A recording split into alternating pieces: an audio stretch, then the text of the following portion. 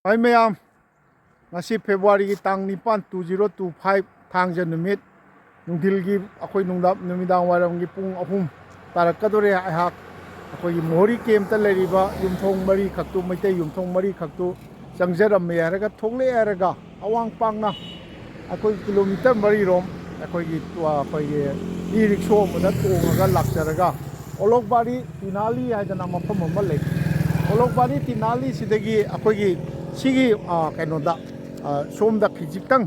amuk makharomda haigal lerega sida futra mabro haigal laga lambi macha amkhak changi ashengbadi mohori kemki ngasai aina utsagi badudagi akhoi Ukhamati Manipuri Gaon si changgadabani adu somda anoba lambi disu yenge hadana ai somda lakjabani sigi tinali olokbari tinali sidagi ai khongna iten akhoi ngaktangda changjaraga leidoribni Ukhamati Manipuri Gaon sidi aina zo hana khwaigi mafamda saktak chanaba hona jagrabani adu ke aduga ngasi ahingdi ai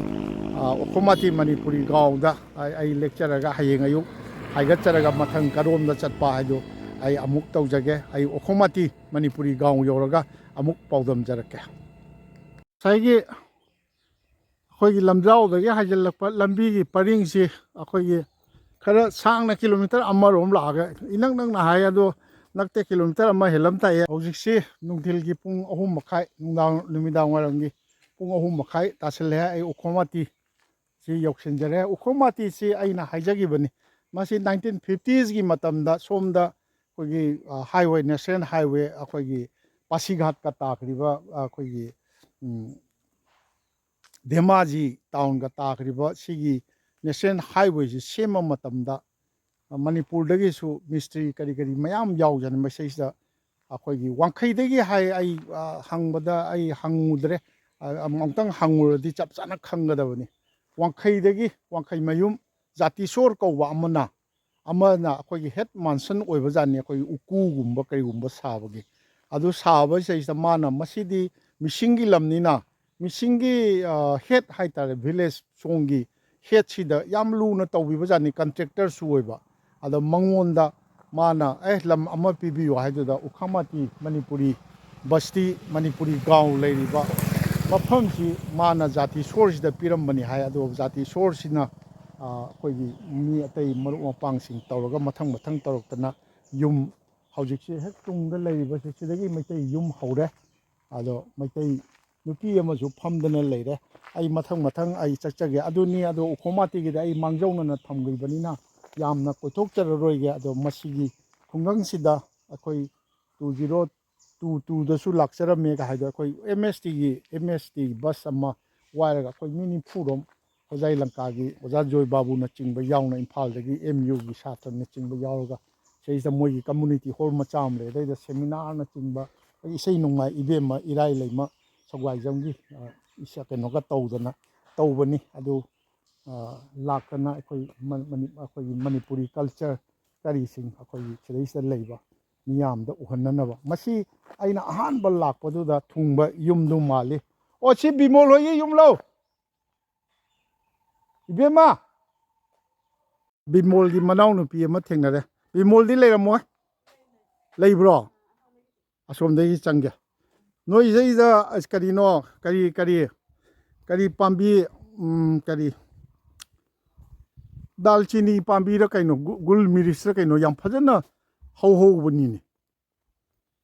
o moi machim manaw lam khaidokna re masi yomsida bimol gi imasi leihidre haina tajai ikui dribugi mamangda aini khangi bro aduni bimol lei bro doi yum mani thuena is yum yam chaungna sare na noidia is sunuk sibam ima leihidre tare tabani do tawa kari tongni upai leite o yum chaungna sagalena bimol si noi yum nak tu kari ya soyam bimol si NHPC da hojiksu thaba dum tawribra bimol si leire karai da leira asum kai hiya masam no langka mamang ini karbi anglong da NHPC thabak thadoya sida leitre company na alo thokba o si akhoi February ki tang nipan thangja numit aina Ukhamati Manipuri Gaon da laksabasi inau akogi soyam bimol gi mayum da losinjab chare kainoda mamjil e ado aina Ukhamati Manipuri Gaon gi maram da di thoyokna haija ningai lejadre ado moigi laisang leiramba anova koi community hall saba kedauba singdo mayam da pawdam jage hayeng ayuk oina tawjarage ngasi gi di seista cha nong thaktana bimolga ibema kariba jonali si konthau jam ningol ni sigi Ukhamati gi ningol ni boy si isu maming kari ko ba hairo launa hairo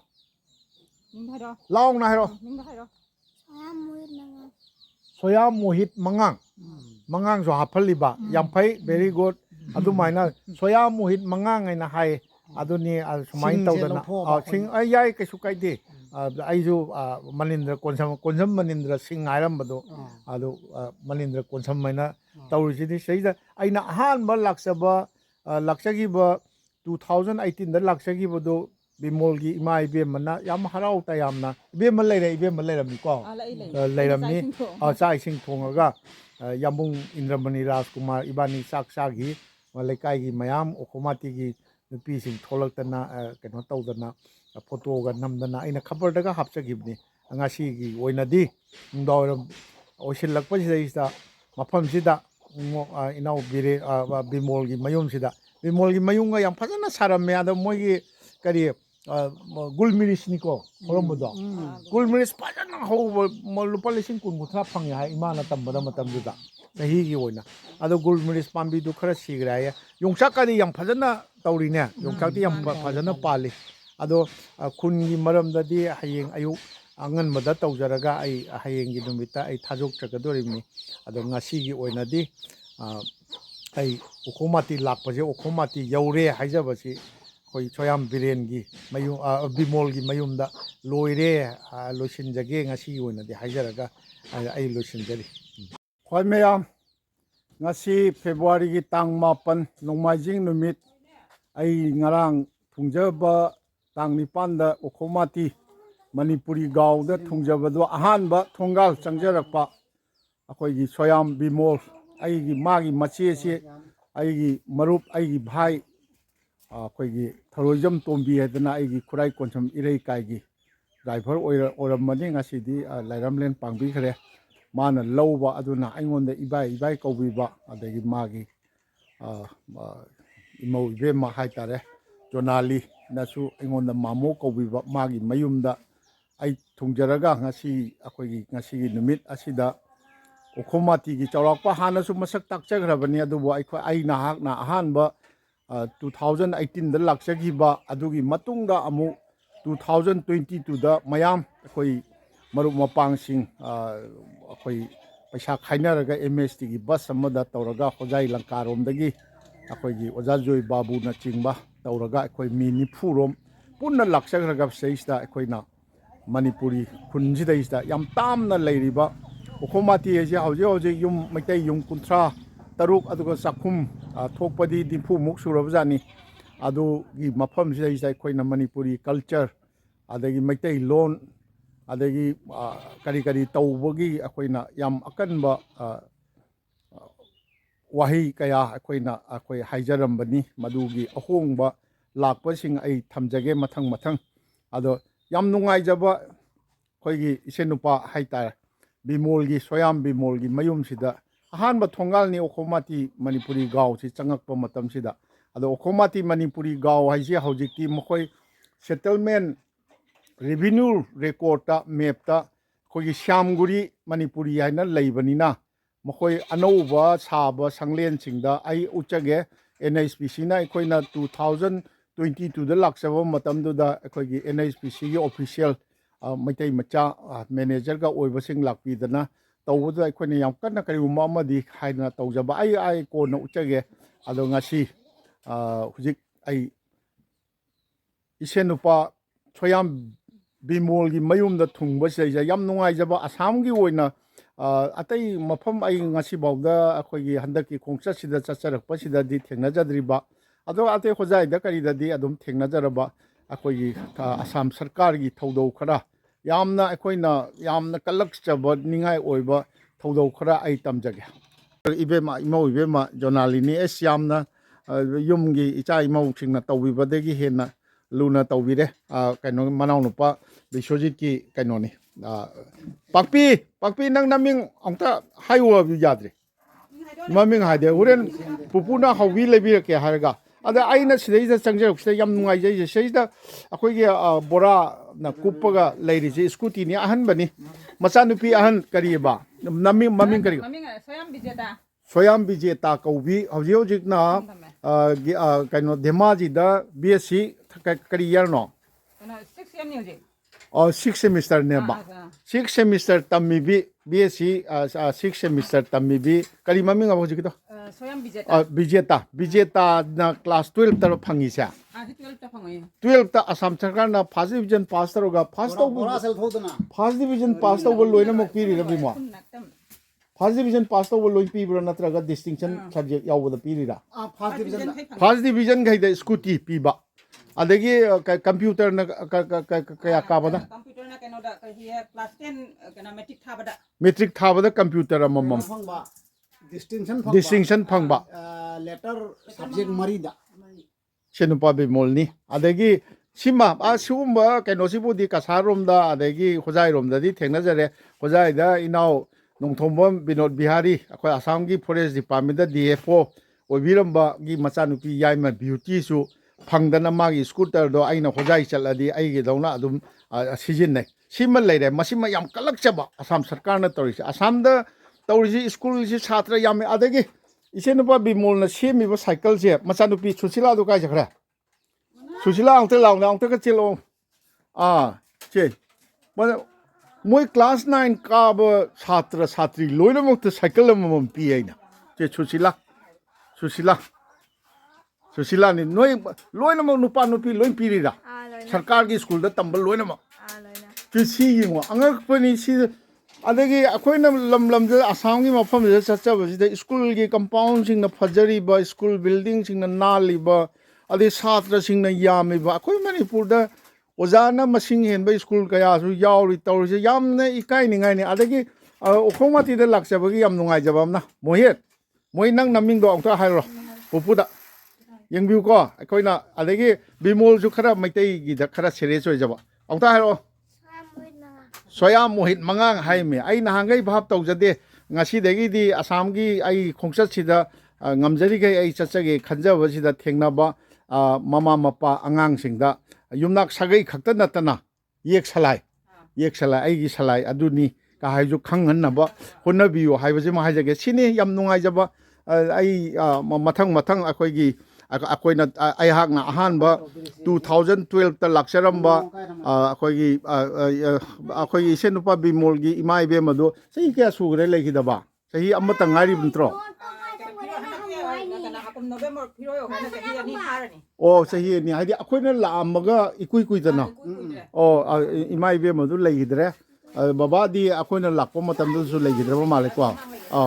ꯑꯗꯨꯅꯤ ꯑꯗꯣ ꯑꯇꯩ ꯈꯨꯡꯒꯪꯁꯤꯒꯤ ꯃꯔꯝꯗ ꯑꯩ ꯃꯊꯪ ꯈ꯭ꯋꯥꯏ ꯃꯌꯥꯝꯒꯤ ꯃꯐꯝꯗ ꯑꯩ ꯎꯠꯆꯅꯕ ꯍꯣꯠꯅꯖꯔꯛꯀꯦ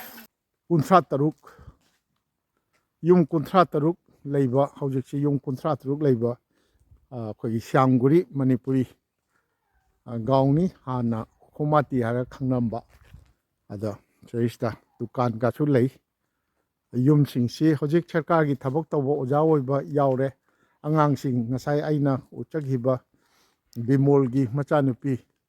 BSc ꯇꯝꯃꯛꯄ ꯑꯗꯨꯒ ꯀ꯭ꯂꯥꯁ 10ꯗ ꯐꯥꯔꯁ ꯗꯤꯕꯤꯖꯟꯒ ꯇꯧꯗꯅ ꯗꯤꯁꯇꯤꯡꯁꯟꯒ ꯐꯪꯕ ꯌꯥꯎꯗꯅ ꯀꯝꯄ꯭ꯌꯨꯇꯔꯒ ꯐꯪꯉꯒ 12ꯇ ꯑꯃꯨꯛ ꯐꯥꯔꯁ ꯗꯤꯕꯤꯖꯟ ꯗꯤꯁꯇꯤꯡꯁꯟ ꯐꯪꯗꯅ ꯑꯩꯈꯣꯏꯒꯤ 2 ꯋꯤꯂꯔ ꯃꯥꯒꯤꯗꯨ ꯍꯦꯔꯣ ꯄ꯭ꯂꯤꯖꯔꯅꯤ ꯁꯤꯗ ꯃꯁꯤꯒꯤ ꯀꯩꯅꯣꯁꯤ ꯀꯝꯃ꯭ꯌꯨꯅꯤꯇꯤ ꯍꯣꯜꯁꯤ ꯑꯩꯈꯣꯏꯅ 2022ꯗ ꯂꯥꯛꯆꯕ ꯃꯇꯝꯗꯨꯗ ꯌꯥꯝ ꯑꯄꯤꯛꯄ ꯑꯩꯈꯣꯏꯒꯤ ꯃꯥꯝꯗꯣꯞ ꯃꯆꯥ ꯑꯃꯈꯛ ꯂꯩꯔꯝꯃꯤ ꯃꯗꯩꯗ ꯑꯩꯈꯣꯏꯒꯤ ꯄ꯭ꯔꯣꯒ꯭ꯔꯥꯝꯗꯣ ꯄꯥꯡꯊꯣꯛꯆꯈꯤ ꯑꯗꯨꯕꯨ ꯃꯁꯤꯗ ꯑꯩꯈꯣꯏꯒꯤ ꯃꯗꯨꯒꯤ NHPCC ꯁꯤꯗꯒꯤ ꯀꯤꯂꯣꯃꯤꯇꯔ 12 ꯔꯣꯝ ꯂꯥꯞꯄꯦ ꯍꯥꯏ ꯃꯈꯥꯔꯣꯝꯗ ꯑꯗꯩꯗ ꯑꯩꯈꯣꯏꯒꯤ NHPCꯒꯤ ꯅꯦꯁꯅꯦꯜ ꯍꯥꯏꯗ꯭ꯔꯣ ꯏꯂꯦꯛꯇ꯭ꯔꯤꯛ ꯄꯥꯋꯔ ꯀꯣꯔꯄꯣꯔꯦꯁꯟꯒꯤ ꯂꯋꯥꯔ ꯁꯨꯕꯥꯟꯁꯤꯔꯤ ꯄ꯭ꯔꯣꯖꯦꯛ ꯍꯥꯏꯗꯅ ꯄ꯭ꯔꯣꯖꯦꯛ ꯑꯃ ꯇꯧꯔꯤ ꯃꯗꯨꯒꯤ ꯃꯦꯅꯦꯖꯔꯗꯨ ꯑꯩꯈꯣꯏꯒꯤ ꯀꯔꯤ ꯀꯩꯁꯥꯝꯊꯣꯡꯗꯒꯤꯅꯤ ꯌꯨꯝꯅꯥꯛ ꯅꯤꯡꯁꯤꯡꯖꯗꯔꯦ ꯑꯩꯈꯣꯏꯒꯤ ꯚꯥꯔꯠ ꯚꯨꯁꯟ ꯀꯧꯕ ꯃꯦꯅꯦꯖꯔ ꯑꯣꯏꯕ ꯑꯃꯁꯨ ꯂꯥꯛꯑꯝꯃꯤ ꯃꯈꯣꯏꯗ ꯑꯩꯈꯣꯏ ꯃꯌꯥꯝꯅꯁꯨ ꯍꯥꯏꯖꯔꯝꯃꯤ ꯑꯩꯈꯣꯏ ꯁꯨꯝꯕ ꯀꯔꯤꯒꯨꯝꯕ ꯈꯔ ꯇꯧꯕꯤꯌꯨ ꯈꯣꯠꯄꯤꯌꯨꯒ ꯍꯥꯏꯅꯁꯨ ꯑꯗꯨꯒ ꯁꯤꯗꯩꯁꯤꯗ ꯑꯩꯅ ꯍꯦꯛ ꯄꯟꯖꯕ ꯑꯩꯈꯣꯏꯒꯤ ꯅꯥꯎꯔꯦꯝ ꯑꯔꯨꯟ ꯏꯆꯥꯒꯨꯝꯕꯅꯤ ꯉꯔꯥꯡ ꯃꯄꯥ ꯏꯕꯨꯡꯉꯣ ꯕꯪꯁꯤꯕꯣꯗꯣꯟ ꯑꯩꯈꯣꯏ ꯊꯦꯡꯅꯖꯔꯦ ꯃꯥꯒꯤ ꯃꯆꯥꯅꯨꯄꯥ ꯑꯔꯨꯟꯁꯤ ꯌꯥꯝꯅ ꯀꯩꯅꯣꯅꯤ ꯌꯥꯝꯅ ꯁꯣꯁꯤꯌꯦꯜ ꯑꯣꯏꯕ ꯑꯗꯨꯒ NHPCꯗ ꯀꯟꯇ꯭ꯔꯦꯛꯀꯁꯨ ꯇꯧꯗꯅ ꯌꯥꯝ ꯋꯦꯜ ꯇꯨ ꯗꯨ ꯌꯥꯝ ꯅꯨꯡꯉꯥꯏ ꯌꯥꯏꯐꯕ ꯃꯤ ꯃꯥꯅꯁꯨ ꯊꯋꯥꯏ ꯌꯥꯎꯅ ꯍꯣꯠꯅꯕꯤꯗꯅ ꯃꯁꯤꯒꯤ ꯀꯩꯅꯣꯁꯤ ꯑꯩꯈꯣꯏꯒꯤ ꯀꯝꯃ꯭ꯌꯨꯅꯤꯇꯤ ꯍꯣꯜꯁꯤ ꯁ꯭ꯌꯥꯝꯒꯨꯔꯤ ꯃꯅꯤꯄꯨꯔꯤ ꯚꯋꯟ ꯁ꯭ꯌꯥꯝꯒꯨꯔꯤ ꯃꯅꯤꯄꯨꯔꯤ ꯒꯥꯎ ꯍꯥꯏꯗꯅ PO ꯎꯈꯥꯃꯥꯇꯤ ꯙꯦꯃꯥꯖꯤ ꯑꯁꯥꯝ 787056 ꯍꯥꯏꯗꯅ ꯁꯥꯗꯅ ꯂꯩꯔꯦ ꯃꯁꯤ ꯁꯤꯗꯩꯁꯤꯗ NHPC ꯂꯤꯃꯤꯇꯦꯠ ꯀꯤ ꯁꯨꯕꯥꯟꯁꯤꯔꯤ ꯂꯋꯥꯔ ꯍꯥꯏꯗ꯭ꯔꯣ ꯏꯂꯦꯛꯇ꯭ꯔꯤꯛ ꯄ꯭ꯔꯣꯖꯦꯛ ꯑꯗꯒꯤ ꯁ꯭ꯌꯥꯝꯒꯨꯔꯤ Manipuri Bhawan inaugurated by Sri Rajendra Prasad Executive Director EDꯅꯤ on 4 December 2024 ꯃꯁꯤ ꯑꯩꯈꯣꯏꯒꯤ ꯍꯧꯈꯤꯕ ꯆꯍꯤꯒꯤ ꯗꯤꯁꯦꯝꯕꯔ ꯇꯥꯡ 4ꯗ inaugurate ꯇꯧꯈꯤꯕꯅꯤ ꯁꯪꯒꯥꯕꯗꯨ ꯌꯥꯝꯅ ꯈꯨꯟꯒꯤ ꯃꯤ ꯃꯌꯥꯝ ꯑꯩꯈꯣꯏꯒꯤ ꯇꯧꯗꯅ ꯀꯥꯗꯣ ꯑꯉꯥꯡ ꯅꯍꯥꯔꯣꯜꯁꯤꯡꯅ ꯐꯦꯁꯕꯨꯛꯇ ꯀꯔꯤꯗ ꯁꯣꯁꯤꯌꯦꯜ ꯃꯤꯗꯤꯌꯥꯗ ꯊꯥꯒꯠꯈꯤ ꯂꯦꯟ ꯗꯣꯅꯔꯁꯤ ꯂꯦꯠ ꯑꯈꯥꯝ ꯔꯣꯕꯤꯟꯗ꯭ꯔ ꯁꯤꯡꯍ 1957ꯗ ꯄꯣꯛꯑꯒ 2007ꯗ ꯂꯩꯈꯤꯗꯕ ꯁꯤꯅ ꯑꯩꯈꯣꯏꯒꯤ ꯂꯦꯟ ꯗꯣꯅꯔꯅꯦ ꯍꯥꯏꯅ ꯊꯥꯏ ꯌꯥꯝ ꯆꯥꯎꯕ ꯀꯩꯅꯣꯅꯦ ꯍꯧꯖꯤꯛꯇꯤ ꯁꯣ ꯂꯣꯜꯂꯦ ꯁꯣ ꯂꯣꯜꯂꯁꯨ ꯌꯥꯝ ꯐꯖꯅ ꯁꯥꯈ꯭ꯔꯦ ꯑꯩꯈꯣꯏꯅ ꯂꯥꯛꯄ ꯃꯇꯝꯗꯨꯗ ꯑꯄꯤꯛꯄ ꯃꯥꯝꯗꯣꯞ ꯃꯆꯥ ꯑꯩꯈꯣꯏꯒꯤ ꯀꯔꯤꯝꯇ ꯑꯩꯈꯣꯏ ꯐꯛꯂꯥꯡꯒ ꯌꯥꯎꯗꯕ ꯏꯍꯥꯡ ꯍꯥꯡꯕ ꯃꯆꯥ ꯄꯤꯁꯛ ꯑꯃꯈꯛ ꯂꯩꯔꯝꯃꯤ ꯃꯁꯤꯃ ꯍꯟꯗꯛ ꯂꯥꯛꯄꯁꯤꯗꯩꯁꯤꯗ ꯌꯥꯝꯅ ꯅꯨꯡꯉꯥꯏꯖꯕ ꯍꯥꯏꯇꯥꯔꯦ ꯃꯁꯤꯅꯤ ꯑꯗꯩꯗ ꯉꯁꯤ ꯑꯩꯅ ꯍꯟꯗꯛꯀꯤ ꯑꯩꯒꯤ ꯈꯣꯡꯆꯠ ꯑꯁꯤꯗꯩꯁꯤꯗ ꯆꯪꯖꯔꯛꯏꯁꯤꯅ ꯑꯩ ꯍꯧꯖꯤꯛ ꯌꯥꯝꯅ ꯄꯨꯛꯅꯤꯡ ꯅꯨꯡꯁꯤꯕ ꯑꯩꯈꯣꯏꯒꯤ ꯍꯧꯖꯤꯛꯇꯤ ꯁ꯭ꯌꯥꯝꯒꯨꯔꯤ ꯃꯅꯤꯄꯨꯔꯤ ꯒꯥꯎ ꯍꯥꯏꯔ ꯈꯪꯅꯔꯕ ꯑꯗꯨꯒ ꯍꯥꯟꯅꯗꯤ ꯎꯈꯣꯃꯥꯇꯤ ꯃꯅꯤꯄꯨꯔꯤ ꯒꯥꯎ ꯍꯥꯏꯔ ꯈꯪꯅꯔꯤꯕ ꯈꯨꯡꯒꯪ ꯑꯁꯤꯒꯤ ꯌꯥꯝꯅ ꯄꯨꯛꯅꯤꯡ ꯅꯨꯡꯁꯤꯅꯤꯡꯉꯥꯏ ꯑꯣꯏꯕ ꯑꯩꯈꯣꯏꯒꯤ ꯋꯥꯐꯝ ꯑꯃꯈꯛ ꯊꯝꯖꯒꯦ ꯍꯥꯏꯗꯅ ꯑꯩ ꯊꯑꯣꯏꯅꯃꯛꯀꯤ ꯑꯩ ꯆꯪꯖꯔꯛꯄꯅꯤ ꯑꯩꯈꯣꯏꯒꯤ ꯍꯧꯖꯤꯛꯀꯤ ꯀꯝꯃ꯭ꯌꯨꯅꯤꯇꯤ ꯍꯣꯜꯁꯤꯗꯒꯤ ꯂꯩꯔꯛ ꯃꯆꯥ ꯑꯃꯗ ꯅꯣꯡꯆꯨꯞ ꯄꯥꯡꯅ ꯈꯤꯖꯤꯛꯇꯪ ꯆꯪꯁꯤꯜꯂꯛꯑꯒ ꯑꯩꯈꯣꯏꯅ 2022ꯗ ꯂꯥꯛꯆꯕ ꯃꯇꯝꯗꯨꯗ ꯑꯩꯈꯣꯏ ꯃꯌꯥꯝꯒꯤ ꯆꯥꯛ ꯆꯥꯐꯝ ꯑꯣꯏ ꯃꯗ ꯑꯩꯗꯤ ꯃꯁꯤ ꯕꯥꯃꯣꯟꯒꯤ ꯏꯃꯨꯡꯅꯦꯅ ꯈꯟꯖꯕ ꯃꯗꯩꯗ ꯕꯥꯃꯣꯟꯒꯤ ꯏꯃꯨꯡꯅꯦꯅ ꯈꯟꯖꯗꯅ ꯊꯧꯔꯥꯅꯤ ꯑꯩꯒꯥ ꯍꯥꯏꯗꯅ ꯇꯧꯏ ꯑꯩꯈꯣꯏꯒꯤ ꯁꯤꯟꯕꯤ ꯂꯥꯡꯕꯤꯔꯤꯕ ꯃꯗꯩꯗ ꯑꯩꯒꯥ ꯊꯧꯔꯥꯅꯤ ꯑꯩꯒꯥ ꯍꯥꯏꯅ ꯇꯧꯔꯤꯁꯤꯅ ꯁꯤꯒꯤ ꯃꯐꯝꯁꯤꯗ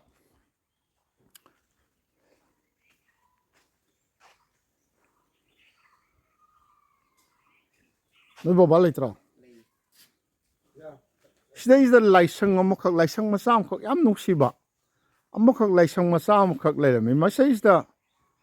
ꯑꯩꯈꯣꯏꯒꯤ ꯑꯍꯟ ꯑꯣꯏꯔꯕꯤ ꯏꯟꯗꯣꯟ ꯏꯕꯦꯝꯃ ꯑꯃꯅ ꯑꯌꯨꯛꯀꯤ ꯅꯨꯡꯊꯤꯟꯒꯤ ꯀꯥꯡꯁꯤ ꯈꯤꯡꯉꯒ ꯑꯩꯈꯣꯏꯒꯤ ꯂꯥꯏ ꯄꯨꯖꯥ ꯇꯧꯕ ꯃꯟꯗꯤꯔꯅꯤ ꯑꯗꯨ ꯎꯖꯕꯗꯒꯤ ꯑꯩꯅ ꯕꯥꯃꯣꯟ ꯏꯃꯨꯡꯅꯦꯅ ꯊꯧꯔꯥꯅꯤ ꯑꯩꯒꯥ ꯍꯥꯏꯅ ꯇꯧꯔꯒ ꯃꯪꯒꯂꯥ ꯂꯥꯎꯅꯦ ꯑꯗꯩꯗ ꯃꯟꯗꯤꯔꯒꯤ ꯐꯤꯕꯝꯗꯨ ꯌꯥꯝ ꯅꯥꯇꯩ ꯆꯥꯗꯦ ꯑꯩꯈꯣꯏꯅ ꯊꯣꯛꯆꯔꯒ ꯑꯩ ꯍꯥꯏꯖꯔꯝꯃꯤ ꯑꯩꯅ ꯈ꯭ꯋꯥꯏ ꯃꯌꯥꯝꯒꯤ ꯄꯩꯁా ꯈꯥꯏꯕ ꯍꯥꯏꯁꯦ ꯑꯩꯈꯣꯏꯒꯤ ꯐꯦꯁꯕꯨꯛꯇ ꯑꯩ ꯁꯨꯃꯥꯏꯅ ꯇꯧꯗꯅ ꯁꯨꯝꯕ ꯀꯩꯅꯣ ꯑꯃ ꯂꯩꯔꯦ ꯑꯩ ꯃꯁꯤꯃ ꯃꯌꯥꯝ ꯂꯨꯄꯥ 50 100 ꯍꯥꯞꯅꯁꯦ ꯍꯥꯏꯅ ꯇꯧꯔꯒ ꯂꯨꯄꯥ 40,000 ꯆꯪꯅ ꯑꯩꯈꯣই ꯁꯥꯏꯇꯣꯟꯗ ꯕꯥꯃꯣꯟꯒꯤ ꯃꯥꯝꯗꯣꯞ ꯑꯃ ꯁꯦꯝꯖꯈ꯭ꯔꯦ ꯑꯗꯣ ꯁꯨꯃꯥꯏꯅ ꯇꯧꯗꯅ ꯁꯤꯒꯤꯗ ꯂꯩꯔꯝꯕ ꯃꯟꯗꯤꯔꯁꯤꯁꯨ ꯁꯦꯝꯖꯤꯟꯅꯕ ꯍꯥꯏꯅ ꯃꯌꯥꯝ ꯄꯩꯁꯥꯒꯁꯦ ꯂꯨꯄꯥ 50 100 150 200ꯒ ꯍꯥꯞꯄꯤꯔꯛꯄ ꯑꯗꯒꯤ ꯃꯔꯨꯞ ꯃꯄꯥꯡꯁꯤꯡꯗ ꯑꯩ ꯅꯪ 1,000 ꯄꯤꯔꯛꯀꯗꯕꯅꯤ 2,000 ꯄꯤꯔꯛꯀꯗꯕꯅꯤ ꯀꯥꯏꯅ ꯑꯗꯨꯃꯥꯏꯅ ꯍꯥꯏꯔꯒ ꯄꯩꯁꯥ ꯄꯤꯔꯛꯇ꯭ꯔꯤꯕ ꯑꯣꯏꯔꯒꯁꯨ ꯑꯗꯒꯤ ꯄꯤꯔꯛꯄ ꯑꯩꯒꯤ ꯖꯤꯄꯦ ꯑꯦꯀꯥꯎꯟꯗ ꯊꯥꯕꯤꯔꯛꯄ ꯂꯨꯄꯥ 100 150 200 ꯑꯗꯨꯃꯥꯏꯅ ꯇꯧꯔꯒ ꯂꯨꯄꯥ 30,000 ꯈꯣꯝꯖꯗꯅ ꯂꯩꯔꯕꯅꯦ ꯑꯗꯣ ꯃꯌꯥꯝꯅ ꯁꯨꯃꯥꯏꯅ ꯇꯧꯗꯅ ꯅꯪ ꯆꯠꯂꯒ ꯐꯖꯅ ꯃꯟꯗꯤꯔꯗꯨ ꯌꯥꯝ ꯐꯖꯕ ꯃꯑꯣꯡꯗ ꯁꯦꯝꯁꯤ ꯑꯥꯗ ꯆꯠꯂꯒ ꯀꯔꯤꯒꯤ ꯗꯔꯀꯥꯔ ꯂꯩꯕꯗꯣ ꯍꯥꯏꯔꯛꯑꯣ ꯀꯥꯏꯅ ꯃꯌꯥꯝ ꯃꯔꯨꯞ ꯃꯄꯥꯡꯁꯤꯡ ꯑꯗꯒꯤ ꯏꯚꯟ ꯑꯣꯔꯒꯅꯥꯏꯖꯦꯁꯟ ꯁꯤꯡꯅꯐꯥꯎ ꯍꯥꯏꯕꯤꯗꯅ ꯑꯗꯒꯤ ꯍꯣꯖꯥꯏ ꯂꯪꯀꯥꯔꯣꯝꯗꯒꯤ ꯑꯗꯒꯤ ꯒꯨꯋꯥꯍꯥꯇꯤꯒꯤꯁꯨ ꯃꯔꯨꯞ ꯃꯄꯥꯡꯁꯤꯡꯅ ꯑꯩꯈꯣꯏ ꯒꯨꯋꯥꯍꯥꯇꯤꯔꯣꯝꯒꯤꯁꯨ ꯑꯉꯝꯕ ꯄꯩꯁꯥ ꯍꯥꯞꯀꯅꯤ ꯑꯗꯒꯤ ꯍꯣꯖꯥꯏ ꯂꯪꯀꯥꯒꯤꯁꯨ ꯍꯥꯞꯀꯅꯤ ꯀꯥꯏꯅ ꯊꯧꯔꯥꯡ ꯂꯣꯏ ꯇꯧꯅꯗꯅ ꯂꯩꯔꯀꯥꯟꯗ ꯂꯥꯏꯕꯛ ꯊꯤꯕꯗꯤ ꯎꯖꯥꯎꯗꯣ ꯀꯔꯝꯕꯗ ꯍꯧꯔꯝꯕ ꯎꯖꯥꯎꯅꯣ ꯁꯤꯗꯩꯁꯤꯗ ꯎꯖꯥꯎ ꯑꯃ ꯍꯧꯔꯝꯕꯁꯤꯗ ꯅꯣꯡꯃ ꯂꯥꯏꯁꯪꯁꯤ ꯇꯦꯛꯈ꯭ꯔꯦꯗꯅ ꯐꯣꯇꯣ ꯑꯃꯈꯛ ꯑꯩꯈꯣꯏꯒꯤ ꯁꯣꯁꯤꯌꯦꯜ ꯃꯦꯗꯤꯌꯥꯗ ꯁꯣꯝꯒꯤ ꯅꯍꯥꯔꯣꯜꯁꯤꯡꯗ ꯑꯩꯅ ꯊꯃꯣꯏꯁꯤ ꯌꯥꯝꯅ ꯅꯨꯡꯉꯥꯏꯈꯤꯗꯕ ꯑꯗꯩꯗꯤ ꯃꯁꯤꯗꯤ ꯇꯁꯦꯡꯅ ꯑꯅꯧꯕ ꯑꯃ ꯁꯥꯗꯕ ꯌꯥꯔꯔꯣꯏ ꯍꯥꯏꯗꯅ ꯈꯟꯅꯔꯒ ꯑꯗꯨ ꯑꯣꯏꯇꯥꯔꯗꯤ ꯅꯪꯅ ꯍꯥꯟꯅ ꯆꯠꯂꯣ ꯑꯗꯨꯒꯀꯔꯤ ꯆꯪꯒꯗꯕ ꯀꯩꯗꯧꯒꯗꯕ ꯄꯩꯁా ꯖꯍꯥꯖ ꯆꯪꯉꯁꯨ ꯑꯩꯈꯣꯏ ꯃꯌꯥꯝ ꯈꯔ ꯃꯌꯥꯝ ꯄꯨꯊꯣꯛꯅꯔꯒ ꯂꯥꯏꯁꯪ ꯑꯃꯗꯤ ꯁꯥꯁꯤ ꯍꯥꯏꯗꯅ ꯇꯧꯗꯅ ꯂꯦꯞꯅꯔꯤꯉꯩꯗꯨꯗ ꯑꯩꯈꯣꯏꯒꯤ ꯍꯧꯖꯤꯛꯀꯤ ꯂꯥꯏꯕꯛ ꯊꯤꯔꯕ ꯃꯊꯣꯡ ꯆꯥꯗꯕ ꯀꯨꯀꯤ ꯀꯥꯏꯗꯒꯤ ꯀꯨꯜꯂꯤ ꯀꯨꯀꯤꯁꯤꯡꯒꯤ ꯂꯥꯜꯍꯧꯁꯤꯅ ꯃꯔꯝ ꯑꯣꯏꯔꯒ ꯑꯩꯈꯣꯏ ꯄꯨꯝꯅꯃꯛ ꯋꯥꯗꯅ ꯇꯧꯗꯅ ꯂꯩꯕꯅꯤ ꯑꯗꯩꯗ ꯑꯩꯅ ꯂꯥꯏꯁꯪꯁꯤꯒꯤ ꯃꯇꯥꯡꯗ ꯑꯩꯅ ꯍꯥꯏꯖꯈꯤꯕꯁꯤ ꯃꯩꯇꯩ ꯈꯨꯟ 1950ꯒꯤ ꯃꯇꯝꯗꯒꯤ ꯂꯤꯡꯈꯠꯂꯛꯄ ꯃꯪꯒꯂꯥꯜꯁꯤ ꯀꯣꯟꯊꯧꯖꯝ ꯑꯣꯏꯔꯝꯃꯤ ꯃꯣꯏ ꯃꯪꯒꯂꯥꯟꯒꯤ ꯏꯙꯧꯅ ꯁꯥꯔꯝꯃꯤꯔ ꯁꯤꯒꯤ ꯃꯥꯟꯗꯣꯞꯁꯦ ꯂꯥꯏꯁꯪ ꯃꯥꯟꯗꯣꯞꯁꯦ ꯕꯥꯖꯤꯁꯤ ꯃꯃꯤꯡ ꯃꯨꯀꯨꯟꯗꯣ ꯀꯧꯕ ꯃꯨꯀꯨꯟꯗꯣ ꯀꯧꯕ ꯑꯗꯨꯒ ꯂꯥꯏꯁꯪꯁꯤꯅ ꯏꯄꯨꯅ ꯁꯥꯔꯝꯕꯅꯤ ꯀꯩꯅꯣ ꯄꯣꯛꯄꯁꯦ ꯑꯩꯈꯣꯏ ꯄꯥꯕ ꯄꯣꯛꯄꯁꯦ ꯄꯥꯕ ꯄꯣꯛꯄ ꯀꯩꯅꯣꯅ ꯁꯥꯔꯝꯕꯅꯦꯕ ꯃꯨꯀꯨꯟꯗꯣ ꯍꯥꯏꯕꯗꯤ ꯃꯣꯏ ꯈꯨꯟꯊꯣꯛꯂꯛꯄꯗ ꯌꯥꯎꯕꯅꯦꯕ ꯀꯩꯅꯣꯁꯦ ꯏꯙꯧꯁꯦ ꯏꯙꯧꯒꯤ ꯃꯤꯡꯁꯤꯔ ꯀꯩꯅꯣ ꯍꯥꯏꯁꯦ ꯃꯦꯔꯥ ꯀꯣꯟꯙꯧꯖꯝ ꯃꯦꯔꯥ ꯃꯅꯤꯄꯨꯔꯒꯤ ꯀꯣꯟꯙꯧꯖꯝꯗꯒꯤ ꯍꯧꯔꯛꯄ ꯃꯅꯤꯄꯨꯔꯗꯩ ꯂꯥꯛꯄ ꯑꯩꯈꯣꯏ ꯕꯥꯖꯤ ꯑꯩꯈꯣꯏ ꯁꯤꯕꯁꯥꯒꯔꯗ ꯑꯗꯨꯝ ꯄꯣꯛꯑꯦ ꯍꯥꯏꯌꯦ ꯁꯤꯕꯁꯥꯒꯔꯗ ꯄꯣꯛꯑꯕ ꯃꯨꯀꯨꯟꯗꯣ ꯀꯧꯕ ꯑꯩꯈꯣꯏ ꯑꯩ ꯏꯃꯥ ꯂꯩꯕ꯭ꯔꯣ ꯏꯃꯥ ꯂꯩ ꯏꯟꯗꯣꯟ ꯊꯣꯛꯂꯛꯎꯅꯦ ꯊꯣꯛꯂꯛꯑꯣ ꯁꯤꯗ ꯂꯥꯛꯑꯣ ꯇꯣ ꯏꯟꯗꯣꯟ ꯂꯥꯛꯏꯕꯁꯤꯅ ꯏꯟꯗꯣꯟꯒꯤ ꯃꯤꯡꯗꯨ ꯀꯔꯤꯕ ꯅꯠꯇꯦ ꯌꯥꯔꯦ ꯏꯟꯗꯣꯟ ꯄꯗꯃꯥꯁꯤꯅꯕ ꯑꯩꯈꯣꯏ ꯃꯌꯥꯝ ꯂꯩꯔꯤꯉꯩꯗꯨꯗ ꯐꯖꯅ ꯑꯌꯨꯛꯀꯤ ꯅꯨꯡꯗꯥꯡꯒꯤ ꯀꯥꯡꯁꯤ ꯀꯣꯡ ꯈꯤꯡꯉꯒ ꯂꯥꯏ ꯁꯦꯕꯥ ꯇꯧꯕꯗꯨꯗ ꯑꯩꯗꯤ ꯂꯥꯛꯄꯗꯕ ꯑꯗꯨꯝ ꯊꯧꯔꯥꯅꯤ ꯑꯩꯒ ꯍꯥꯏꯅ ꯃꯪꯒꯂꯥꯟꯁꯨ ꯑꯩꯗꯤ ꯕꯥꯃꯣꯟꯅꯦꯗꯅ ꯊꯧꯔꯥꯅꯤꯅ ꯇꯧꯔꯝꯃꯤ ꯑꯗꯨꯒ ꯀꯩꯅꯣ ꯇꯧꯔꯦ ꯂꯥꯏꯁꯪ ꯇꯦꯛꯈꯤꯕꯗꯨ ꯌꯥꯝ ꯊꯋꯥꯏ ꯁꯣꯛꯑꯝꯒꯅꯤꯅꯦꯀꯣ ꯅꯨꯡꯉꯥꯏꯇꯦ ꯂꯥꯏꯁꯪ ꯇꯦꯛꯈꯤꯕꯗꯣ ꯅꯤꯡꯁꯤꯡꯉꯨꯔ ꯅꯨꯡꯉꯥꯏꯇꯦ ꯍꯥꯏꯁꯤ ꯍꯣꯏꯅꯦ ꯑꯗꯨ ꯍꯧꯖꯤꯛ ꯀꯩꯝꯇ ꯏꯁꯣꯔꯅ ꯇꯝꯕꯤꯕꯅꯤ ꯈꯔ ꯑꯃꯟꯕ ꯀꯨꯏꯔꯕꯗꯨ ꯑꯩ ꯂꯩꯕ ꯋꯥꯔꯦ ꯑꯍꯟꯕ ꯑꯃ ꯁꯤꯜꯂꯣ ꯍꯥꯏꯅ ꯇꯧꯕ ꯑꯣꯏꯒꯅꯤ ꯑꯗꯨꯅꯤ ꯁꯨꯃꯥꯏꯅ ꯇꯧꯗꯅ ꯇꯧꯕꯅꯤ ꯑꯗ ꯃꯁꯤꯒꯤ ꯂꯥꯏꯁꯪꯁꯤꯒꯤ ꯃꯇꯥꯡꯗ ꯑꯩꯅ ꯃꯤꯌꯥꯝꯗ ꯃꯅꯤꯄꯨꯔꯒꯤꯗ ꯅꯠꯇꯦ ꯃꯄꯥꯟꯗ ꯂꯩꯕ ꯑꯩꯈꯣꯏꯒꯤ ꯑꯩꯅ ꯃꯃꯥꯡꯗ ꯎꯈꯣꯡꯃꯥꯇꯤꯒꯤ ꯃꯔꯝꯗ ꯊꯝꯖꯈꯤꯕ ꯑꯩꯈꯣꯏꯒꯤ ꯎꯈꯣꯡꯃꯥꯇꯤꯒꯤ ꯃꯔꯝꯗ ꯊꯝꯖꯈꯤꯕ ꯋꯥꯔꯣꯜꯗ ꯑꯩꯅ ꯊꯝꯖꯈꯤꯕꯁꯦ ꯃꯩꯇꯩ ꯈꯨꯟ ꯌꯨꯝ 53 ꯅꯠꯇ꯭ꯔꯥ 53ꯁꯤꯗ ꯍꯧꯖꯤꯛ ꯆꯥꯛꯈꯨꯝꯁꯦ ꯕꯤꯃꯣꯜꯒꯤꯗ ꯆꯥꯛꯈꯨꯝ 2 ꯊꯣꯛꯑꯦ ꯌꯨꯝꯗꯤ ꯑꯃꯇꯪ ꯑꯣꯏꯔꯁꯨ ꯁꯨꯃꯥꯏꯅ ꯇꯧꯅ ꯆꯥꯛꯈꯨꯝ ꯇꯣꯉꯥꯟꯅꯕꯁꯨ ꯂꯩꯔꯝꯒꯅꯤ ꯃꯅꯤꯄꯨꯔ ꯏꯝꯐꯥꯜꯗꯒꯤ ꯀꯤꯂꯣꯃꯤꯇꯔ 700-800 ꯂꯥꯞꯄꯤꯃꯤ ꯒꯨꯋꯥꯍꯥꯇꯤꯗꯒꯤ 750 ꯂꯥꯞꯄꯦ ꯑꯩ 150 ꯀꯩꯅꯣ ꯒꯨꯋꯥꯍꯥꯇꯤꯗꯒꯤ 150 ꯐꯔꯅꯤꯆꯔ ꯑꯣꯏꯕ ꯀꯩꯅꯣ ꯇꯧꯕ ꯀꯩꯅꯣ ꯅꯣꯔꯠ ꯂꯈꯤꯝꯄꯨꯔ ꯐꯥꯎꯔ ꯂꯥꯛꯇꯣꯏ ꯅꯠꯇ꯭ꯔꯣ ꯅꯣꯔꯠ ꯂꯈꯤꯝꯄꯨꯔ 150ꯅꯤ ꯀꯩꯅꯣ 150 ꯑꯗꯨ ꯑꯣꯏꯇꯥꯔꯗꯤ ꯁꯤ 500 ꯍꯥꯏꯗꯨꯅꯤꯅꯦ ꯀꯤꯂꯣꯃꯤꯇꯔ ꯑꯗꯒꯤ ꯍꯧꯖꯤꯛ ꯙꯦꯃꯥꯖꯤ ꯗꯤꯕ꯭ꯔꯨꯒꯔꯗ ꯊꯣꯡ ꯑꯃ ꯂꯩꯕꯒꯤ ꯈꯤꯇꯪ ꯐꯕꯩ ꯋꯥꯅꯤ ꯃꯇꯝ ꯑꯃꯗ ꯌꯥꯝ ꯋꯥꯔꯤꯅꯦꯕ ꯃꯁꯤꯁꯤꯗ ꯃꯁꯤꯒꯨꯝꯕ ꯈꯨꯟꯁꯤꯗ ꯑꯩꯒꯤ ꯇꯁꯦꯡꯕ ꯑꯩꯒꯤ ꯊꯃꯣꯏꯗ ꯐꯥꯎꯖꯕꯗꯤ ꯃꯩꯇꯩꯒꯤ ꯂꯥꯏꯁꯪ ꯑꯣꯏꯁꯅꯨ ꯕꯥꯃꯣꯟꯒꯤ ꯂꯥꯏꯒꯤ ꯍꯤꯟꯗꯨꯒꯤ ꯂꯥꯏꯒꯤ ꯂꯥꯏꯁꯪ ꯑꯣꯏꯁꯅꯨ ꯂꯥꯏꯁꯪ ꯑꯃ ꯂꯩꯕ ꯍꯥꯏꯁꯦ ꯌꯥꯝ ꯗꯔꯀꯥꯔꯅꯦꯕ ꯑꯗ ꯍꯥꯟꯅ ꯈꯨꯟꯁꯤꯒꯤ ꯑꯍꯟꯁꯤꯡꯅ ꯈꯨꯟꯊꯣꯔꯛꯄꯗ ꯁ꯭ꯔꯤ ꯔꯥꯙꯥ ꯒꯣꯕꯤꯟꯗꯒꯤ ꯃꯟꯗꯤꯔ ꯑꯃ ꯂꯩꯖꯔꯝꯃꯤ ꯃꯟꯗꯤꯔꯗꯨ ꯇꯦꯛꯈ꯭ꯔꯦ ꯃꯟꯗꯤꯔ ꯐꯠꯇꯕꯗꯨ ꯑꯩ ꯁꯦꯝꯖꯒꯦ ꯍꯥꯏꯗꯅ ꯑꯩꯅ ꯍꯣꯠꯅꯖꯕ ꯑꯅꯧꯕꯁꯨ ꯅꯠꯇꯦ ꯑꯩ ꯁꯦꯝꯖꯈ꯭ꯔꯦ ꯑꯩ ꯃꯌꯥꯝꯗꯒꯤ ꯌꯥꯝ ꯐꯣꯡꯅ ꯑꯩꯒꯤ ꯐꯦꯁꯕꯨꯛꯀꯤ ꯀꯩꯅꯣꯗ ꯑꯗꯨꯝ ꯌꯦꯡꯕꯤꯌꯨ ꯑꯗꯨꯅ ꯂꯨꯄꯥ 100 ꯄꯤꯔꯛꯄ 50 ꯄꯤꯔꯛꯄ 100 ꯄꯤꯔꯛꯄ ꯑꯗꯒꯤ ꯌꯥꯝ ꯅꯨꯡꯉꯥꯏꯕ ꯌꯥꯝ ꯅꯨꯡꯁꯤꯕ ꯂꯩ ꯏꯅꯥꯎ ꯃꯨꯝꯕꯥꯏꯗ ꯂꯩꯕ ꯑꯩꯈꯣꯏꯒꯤ ꯏꯕꯣ ꯂꯣꯡꯖꯝ ꯑꯩꯈꯣꯏꯒꯤ ꯏꯟꯗꯤꯌꯥ ꯃꯆꯥ ꯃꯩꯇꯩ ꯃꯆꯥꯁꯤꯡꯗ ꯕꯦꯡꯀꯤꯡꯗ ꯊꯕꯛ ꯇꯧꯕꯁꯤꯡꯗꯗꯤ ꯑꯃꯦꯔꯤꯀꯥꯟ ꯕꯦꯡꯀꯤ ꯒ꯭ꯔꯨꯞ ꯑꯣꯏꯔꯤꯕ ꯑꯩꯈꯣꯏꯒꯤ ꯁꯤꯇꯤ ꯕꯦꯡꯀꯤ ꯋꯥꯟ ꯑꯣꯐ ꯗꯤ ꯑꯩꯈꯣꯏꯒꯤ ꯃꯦꯅꯦꯖꯤꯡ ꯗꯥꯏꯔꯦꯛꯇꯔ ꯍꯟꯗꯛꯇ ꯀꯥꯔꯕꯅꯤ ꯑꯗꯩ ꯏꯅꯥꯎ ꯏꯕꯣꯅ ꯑꯁ ꯑꯩꯈꯣꯏ ꯏꯃꯥꯒꯤ ꯃꯤꯡꯗ ꯑꯗꯨ ꯀꯥꯏꯅ ꯄꯩꯁꯥꯒ ꯖꯣꯝ ꯇꯧꯕꯤ ꯂꯣꯏꯅꯃꯛ ꯌꯥꯎꯖꯕꯅꯤ ꯑꯗꯨꯃꯥꯏꯅ ꯇꯧꯗꯅ ꯑꯩ ꯁꯥꯏꯇꯣꯟꯗ ꯕꯥꯃꯣꯟ ꯂꯥꯏꯔꯕ ꯑꯃꯒꯤ ꯑꯩ ꯃꯟꯗꯤꯔ ꯐꯖꯅ ꯁꯦꯝꯖꯈꯤ ꯑꯩꯈꯣꯏ ꯌꯥꯝ ꯆꯥꯎꯅꯁꯨ ꯂꯥꯏ ꯂꯦꯡꯁꯤꯟꯕꯒꯤ ꯊꯧꯔꯝꯗꯨ ꯇꯧꯏ ꯑꯗꯣ ꯁꯤꯒꯤꯁꯨ ꯑꯗꯨꯃꯥꯏꯅ ꯆꯠꯂꯣ ꯌꯥꯝ ꯐꯖꯅ ꯁꯦꯝꯁꯤ ꯈꯣꯠꯁꯤ ꯍꯥꯏꯗꯅ ꯑꯩ ꯇꯧꯖꯈꯤ ꯁꯤꯒꯤ ꯃꯐꯝꯁꯤꯃꯛꯇ ꯏꯕꯨꯡꯉꯣ ꯏꯕꯦꯝꯃ ꯖꯒꯣꯏꯕꯟꯙꯨ ꯂꯦꯝꯖꯤꯟꯗꯅ ꯑꯩꯈꯣꯏ ꯁꯦꯕꯥ ꯆꯠꯆꯔꯝꯃꯤꯃꯤ ꯑꯩꯈꯣꯏꯒꯤ ꯏꯟꯗꯣꯟ ꯏꯕꯦꯝꯃ ꯄꯗꯃꯥ ꯗꯦꯕꯤꯅ ꯑꯩꯗꯤ ꯊꯧꯔꯥꯅꯤ ꯍꯥꯏꯖꯒꯦꯅ ꯉꯔꯥꯡꯁꯨ ꯑꯗꯨꯝ ꯊꯧꯔꯥꯅꯤ ꯍꯥꯏꯕꯤꯅꯣ ꯍꯥꯏ ꯑꯗꯨꯅꯤ ꯑꯗꯨ ꯑꯩꯒꯤ ꯑꯄꯤꯜꯗꯤ ꯂꯥꯞꯅ ꯂꯩꯔꯤꯕ ꯈꯨꯡꯒꯪꯁꯤꯗꯩꯁꯤꯗ ꯕ꯭ꯔꯥꯍꯃꯟꯁꯨ ꯂꯩꯇꯦ ꯃꯩꯇꯩꯒꯤ ꯑꯃꯥꯏꯕ ꯑꯃꯥꯏꯕꯤꯁꯨ ꯂꯩꯇꯦ ꯃꯩꯇꯩꯒꯤꯅꯤ ꯍꯥꯏꯕ ꯂꯥꯏꯁꯪ ꯑꯃꯐꯥꯎ ꯂꯩꯇꯦ ꯑꯗꯨꯒ ꯂꯣꯟꯂꯤꯒꯤꯗꯤ ꯑꯩꯈꯣꯏꯅ ꯂꯥꯛꯄꯗ ꯍꯥꯏꯖꯔꯝꯕ ꯑꯩ 2018ꯗ ꯂꯥꯛꯄꯗꯨꯗꯒꯤ ꯂꯥꯎꯖꯔꯝꯕꯅꯤ ꯑꯗꯨꯅ ꯑꯩꯈꯣꯏꯒꯤ ꯃꯉꯥꯜꯒꯤ ꯃꯃꯤꯡꯁꯦ ꯃꯃꯤꯡ ꯍꯝꯗ ꯃꯣꯍꯤꯠ ꯀꯧꯋꯦ ꯁ꯭ꯀꯨꯜꯗ ꯑꯗꯣ ꯁꯣꯌꯥꯝ ꯃꯣꯍꯤꯠ ꯀꯔꯤꯕ ꯃꯉꯥꯡ ꯍꯥꯏꯅ ꯈꯨꯝꯃꯤ ꯑꯗꯨꯅ ꯑꯩꯈꯣꯏꯒꯤ ꯂꯣꯏꯅꯃꯛꯇ ꯑꯩꯈꯣꯏꯅ ꯃꯩꯇꯩꯂꯣꯟ ꯌꯨꯝꯗ ꯉꯥꯡꯅꯒꯗꯕꯅꯤ ꯀꯩꯗꯧꯒꯗꯕꯅꯤ ꯑꯩ ꯍꯥꯏꯖꯔꯝꯃꯤ ꯑꯗꯣ ꯁꯤꯒꯤ ꯃꯔꯨ ꯑꯣꯏꯅ ꯑꯩꯈꯣꯏꯒꯤ ꯂꯥꯏꯕꯛ ꯊꯤꯕ ꯑꯄꯨꯟꯕ ꯃꯩꯇꯩꯒꯤ ꯃꯔꯛꯇ ꯍꯤꯟꯗꯨ ꯕꯥꯃꯣꯟꯒꯤ ꯂꯥꯏ ꯃꯌꯥꯡꯒꯤ ꯂꯥꯏꯒ ꯍꯥꯏꯅ ꯇꯧꯕ ꯃꯌꯥꯝ ꯑꯃ ꯂꯩ ꯇꯥꯔꯒꯁꯨ ꯏꯁꯣꯔꯕꯨ ꯊꯥꯖꯕꯤꯕ ꯃꯟꯗꯤꯔ ꯑꯃ ꯈꯨꯟ ꯑꯃꯗ ꯂꯩꯒꯗꯕꯅꯤ ꯍꯥꯏꯕ ꯊꯥꯖꯕꯤꯕ ꯃꯩꯇꯩ ꯁꯅꯥꯇꯅꯤ ꯃꯩꯇꯩ ꯍꯤꯟꯗꯨꯁꯤꯡ ꯑꯗꯨ ꯅꯠꯇꯕ ꯏꯁꯣꯔꯗ ꯊꯥꯖꯕꯤꯕ ꯃꯩꯇꯩꯁꯤꯡꯅ ꯎꯈꯣꯡꯃꯥꯇꯤꯗ ꯂꯩꯔꯝꯕ ꯂꯥꯏꯁꯪꯁꯤ ꯅꯧꯅ ꯁꯥꯕꯗ ꯑꯩꯈꯣꯏꯒꯤ ꯑꯉꯝꯕ ꯇꯦꯡꯕꯥꯡ ꯃꯁꯤ ꯂꯨꯄꯥ ꯃꯤ ꯑꯃꯃꯝꯅ ꯂꯨꯄꯥ 10 ꯄꯨꯊꯣꯛꯄꯤꯕꯗ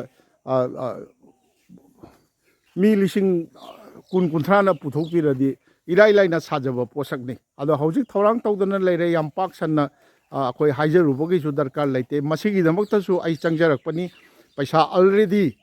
ꯑꯩꯈꯣꯏꯒꯤ ꯁꯣꯁꯤꯌꯦꯜ ꯃꯤꯗꯤꯌꯥꯗ ꯑꯩꯅ ꯐꯦꯁꯕꯨꯛꯇ ꯑꯄꯤꯜ ꯇꯧꯖꯕꯗ ꯑꯩꯅ ꯑꯞꯗꯦꯠ ꯑꯗꯨꯝ ꯇꯧꯖꯕꯅꯤ ꯉꯁꯤ ꯇꯥꯡ ꯑꯁꯨꯛꯇ ꯂꯨꯄꯥ 100 ꯑꯗꯨꯅ ꯊꯥꯕꯤꯔꯛꯄ ꯀꯩꯗꯧꯕ ꯍꯥꯏꯗꯅ ꯑꯗꯨꯝ ꯊꯝꯖꯈ꯭ꯔꯕꯅꯤ ꯃꯁꯤꯅꯤ ꯑꯗꯨꯒ ꯂꯣꯏꯅꯃꯛꯇ ꯑꯩꯅ ꯍꯥꯏꯖꯅꯤꯡꯉꯤ ꯃꯁꯤꯒꯤ ꯈꯨꯟꯁꯤꯗ ꯍꯧꯖꯤꯛ ꯕꯥꯃꯣꯟ ꯑꯃ ꯂꯩꯇꯦ ꯃꯪꯒꯂꯥꯅ ꯕꯥꯃꯣꯟ ꯁꯥꯗꯅ ꯆꯥꯛ ꯊꯣꯡꯕ ꯆꯠꯂ ꯃꯥꯅꯦ ꯈꯨꯟꯒꯤ ꯑꯩ ꯆꯦꯒꯞ ꯑꯆꯧꯕ ꯑꯩꯁꯨ ꯊꯋꯥꯏ ꯌꯥꯎꯅ ꯆꯦꯒꯞ ꯑꯆꯧꯕ ꯑꯃ ꯄꯨꯔꯛꯏ ꯑꯗꯨ ꯃꯪꯒꯂꯥ ꯅꯪ ꯁꯤ ꯄꯥꯝꯕ꯭ꯔꯥ ꯑꯩ ꯄꯤꯊꯣꯛꯆꯔꯕꯅꯤ ꯑꯗꯨ ꯑꯩ ꯉꯔꯥꯡ ꯍꯪꯉꯦ ꯀꯥꯟꯅꯕ꯭ꯔꯥ ꯀꯥꯟꯅꯩꯌꯦ ꯑꯗꯨꯅ ꯃꯪꯒꯂꯥꯜꯅ ꯁꯤꯗꯩꯁꯤꯗ ꯕ꯭ꯔꯥꯍꯃꯟꯖꯨꯅꯤ ꯃꯩꯇꯩ ꯑꯄꯣꯛꯄ ꯁꯅꯥꯃꯍꯤꯒꯁꯨ ꯂꯩꯕ꯭ꯔꯣ ꯁꯤꯗꯩꯁꯤꯗ ꯂꯩꯇ꯭ꯔꯤ ꯑꯃ ꯑꯅꯤ ꯂꯩ ꯑꯗꯨꯒꯤꯁꯨ ꯃꯪꯒꯂꯥꯜꯅ ꯆꯥꯛ ꯏꯁꯤꯡ ꯊꯣꯡꯉꯦ ꯑꯗꯒꯤ ꯕꯥꯃꯣꯟ ꯍꯣꯖꯥꯏꯗꯒꯤ ꯂꯪꯀꯥꯗꯒꯤ ꯂꯥꯛꯄ ꯀꯧꯕ ꯉꯝꯕꯗꯨꯅ ꯕꯥꯃꯣꯟꯅꯤ ꯄꯩꯁా ꯌꯥꯝ ꯆꯪꯅ ꯑꯗꯨꯒ ꯍꯧꯖꯤꯛ ꯑꯩꯈꯣꯏꯒꯤ ꯃꯩꯇꯩꯒꯤ ꯆꯠꯅꯕꯤ ꯀꯔꯤꯒꯁꯨ ꯁꯝꯖꯤꯜꯂꯛꯑꯕ ꯂꯝꯗꯝ ꯑꯃꯅꯤ ꯈꯨꯡꯒꯪ ꯑꯃꯅꯤ ꯌꯥꯝ ꯇꯥꯡꯕꯅ ꯑꯩꯈꯣꯏꯒꯤ ꯈꯪꯕꯁꯨ ꯀꯌా ꯌꯥꯎꯁꯤꯟꯅꯔꯛꯇ꯭ꯔꯕ ꯑꯗꯨꯅ ꯃꯁꯤꯒꯨꯝꯕ ꯃꯐꯝꯁꯤꯗ ꯑꯩꯈꯣꯏ ꯃꯩꯇꯩ ꯁꯅꯥꯃꯍꯤ ꯂꯥꯏꯅꯤꯡꯒꯤꯅꯤꯕꯨ ꯍꯥꯏꯔꯁꯨ ꯃꯩꯇꯩ ꯍꯤꯟꯗꯨ ꯒꯧꯔꯤꯌꯥ ꯕꯩꯁꯅꯞꯀꯤꯅꯤꯕꯨ ꯍꯥꯏꯔꯁꯨ ꯆꯞ ꯆꯥꯅ ꯑꯩꯈꯣꯏ ꯈꯪꯍꯟꯅꯅꯕ ꯑꯄꯨꯟꯕ ꯃꯥꯂꯦꯝꯗ ꯂꯩꯔꯤꯕ ꯑꯄꯨꯟꯕ ꯃꯩꯇꯩꯅ ꯑꯩꯈꯣꯏ ꯍꯣꯠꯅꯐꯝ ꯊꯣꯛꯏ ꯍꯥꯏꯕꯁꯤꯗꯤ ꯑꯩꯒꯤ ꯊꯃꯣꯏꯗꯒꯤ ꯐꯥꯎꯖꯕ ꯑꯄꯤꯜꯅꯤ ꯃꯁꯤ ꯑꯩ ꯈꯪꯖꯟꯖꯅꯕꯒꯤꯗꯃꯛꯇ ꯑꯩ ꯑꯣꯈꯣꯃꯥꯇꯤꯗ ꯊꯑꯣꯏꯅꯃꯛꯀꯤ ꯆꯪꯖꯔꯛꯄꯅꯤ ꯅꯠꯇꯕ ꯇꯥꯔꯒꯗꯤ ꯑꯣꯈꯣꯃꯥꯇꯤꯁꯤꯗ ꯑꯩꯈꯣই ꯆꯪꯉꯛꯇꯔꯁꯨ ꯌꯥꯔꯕ ꯍꯥꯏꯕꯗꯤ ꯑꯩꯅ ꯑꯩꯒꯤ ꯌꯨꯇꯨꯕ ꯆꯦꯅꯦꯜꯅꯤ ꯀꯥꯏꯅ ꯇꯧꯖꯔꯤꯕꯁꯤꯗ ꯃꯃꯥꯡꯗ ꯌꯥꯝ ꯁꯥꯡꯅ ꯃꯁꯤꯒꯤ ꯍꯧꯔꯛꯈꯤꯕ ꯃꯁꯤꯗ ꯂꯩꯔꯤꯕ ꯃꯤ ꯁꯤꯟꯐꯝ ꯍꯥꯏꯕꯨ ꯃꯅꯤꯄꯨꯔꯒꯤ ꯃꯄꯥꯟꯗ ꯊꯣꯛꯂꯛꯑꯗꯤ ꯑꯩꯈꯣꯏꯒꯤ ꯀꯔꯤꯒꯨꯝꯕ ꯆꯛꯀꯔꯤ ꯀꯁꯥꯔꯣꯝꯗꯅ ꯑꯁꯥꯝꯂꯣꯝꯗ ꯆꯛꯀꯔꯤ ꯁ꯭ꯋꯥꯏꯗ ꯀꯔꯤ ꯍꯥꯏ ꯀꯔꯤꯒꯨꯝꯕ ꯑꯃ ꯇꯧꯗ ꯌꯥꯗꯦꯅ ꯇꯧꯕ ꯄꯩꯁꯥ ꯊꯣꯛꯅꯕ ꯂꯝꯕꯤ ꯊꯤꯅꯕ ꯑꯗ ꯌꯥꯝ ꯅꯨꯡꯉꯥꯏꯇꯕꯁꯦ ꯄꯩꯁꯥ ꯊꯣꯛꯄꯗꯨꯗ ꯈꯔ ꯍꯦꯟꯅ ꯊꯣꯛꯂꯛꯄ ꯀꯥꯡꯕꯨꯅ ꯌꯨ ꯊꯛꯇꯅ ꯁꯤꯈ꯭ꯔꯦ ꯑꯩꯁꯦ ꯌꯥꯝ ꯊꯦꯡꯅꯩ ꯑꯀꯥꯖꯥꯟꯗꯁꯨ ꯊꯦꯡꯅꯩꯌꯦꯕ ꯑꯗꯩ ꯅꯪꯒꯤ ꯉꯔꯥꯡꯒꯤ ꯀꯩꯅꯣꯗꯨꯗꯁꯨ ꯊꯦꯡꯅꯔꯦ ꯀꯔꯤ ꯃꯣꯔꯤ ꯀꯦꯝꯇꯁꯨ ꯊꯦꯡꯅꯔꯦ ꯑꯩꯒ ꯊꯧꯔꯥꯅꯤꯒꯤ ꯃꯆꯥꯗꯣ ꯊꯤꯀꯥ ꯇꯧꯋꯦꯌꯦ ꯑꯗꯨꯒ ꯌꯨ ꯊꯛꯇꯅ ꯁꯤꯈ꯭ꯔꯦꯌꯦ ꯑꯗꯨꯝ ꯁꯤꯗꯁꯨ ꯂꯩ ꯃꯥꯅꯦ ꯑꯣꯈꯣꯃꯥꯇꯤꯗꯁꯨ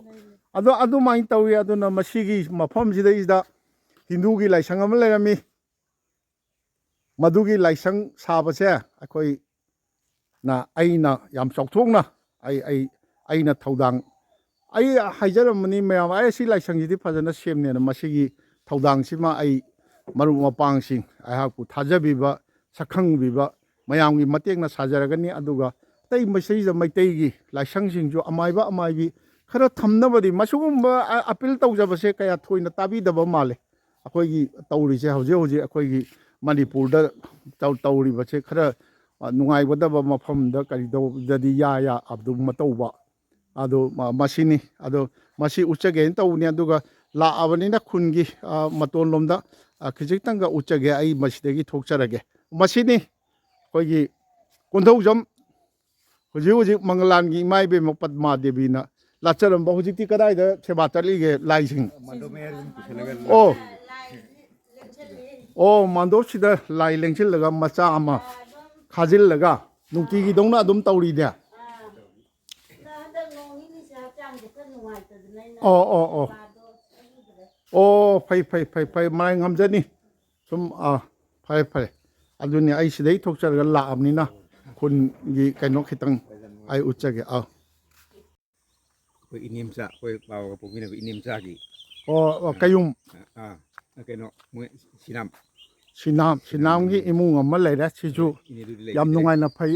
ꯂꯩ ꯃꯆꯥꯁꯤꯡꯗꯤ ꯀꯔꯤ ꯇꯧꯔꯤ ꯀꯩꯅꯣ ꯑꯍꯟꯗꯨꯗꯤ ꯑꯗꯨꯝ ꯃꯤꯁꯇ꯭ꯔꯤꯅꯤ ꯍꯣꯏꯅꯦ ꯑꯗꯨꯝꯕ ꯍꯥꯏꯗꯤ ꯊꯕꯛꯇꯤ ꯁꯨꯔꯤꯑꯕ ꯁꯨꯔꯤ ꯏꯕꯦꯝꯃꯁꯤ ꯃꯩꯇꯩ ꯅꯠꯇ꯭ꯔꯣ ꯆꯠꯂꯤꯁꯦ ꯃꯩꯇꯩꯅꯦꯕ ꯑꯣ